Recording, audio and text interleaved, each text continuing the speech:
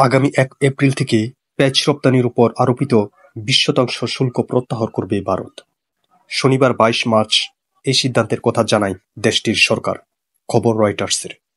প্রতিবেদনে বলা হয়, গত প্রায় ৫ মাস ধরে দেশটিতে পেঁয়াজ রপ্তানিতে নানা বিধিনিষেধ, যেমন ন্যূনতম রপ্তানি মূল্য নির্ধারণ ও সরাসরি নিষেধাজ্ঞা জারি ছিল। মূলত দেশীয় বাজারে সরবরাহ নিশ্চিত করতেই এইসব ব্যবস্থা নেওয়া হয়েছিল। ২০২৪ সালের ১৩ সেপ্টেম্বর থেকে পেঁয়াজ রপ্তানির উপর ২০% শুল্ক কার্যকর ছিল। ভারত সরকার জানিয়েছিল যে কৃষকদের ন্যায্য মূল্য নিশ্চিত করার পাশাপাশি ভোক্তাদের জন্য পেঁয়াজের মূল্য স্থিতিশীল রাখতে এই সিদ্ধান্ত নেওয়া হয়েছে। বিশ্লেষকদের মতে, শুল্ক প্রত্যাহারের ফলে আন্তর্জাতিক বাজারে ভারতের পেঁয়াজ রপ্তানি বৃদ্ধি পাবে এবং প্রতিবেশী দেশগুলোতেও এর সরবরাহ বাড়বে। উল্লেখ্য, বাংলাদেশে গত কয়েক বছরে পেঁয়াজের উৎপাদন লক্ষ্যমাত্রার চেয়ে বেশি হচ্ছে, যার ফলে ভারত থেকে আমদানির প্রয়োজন কমেছে। এতে ভারতের কৃষকরা বিপাকে পড়ছেন, কারণ বাংলাদেশের অন্যতম প্রধান ক্রেতা হওয়ায় তাদের রপ্তানি কমে গেছে।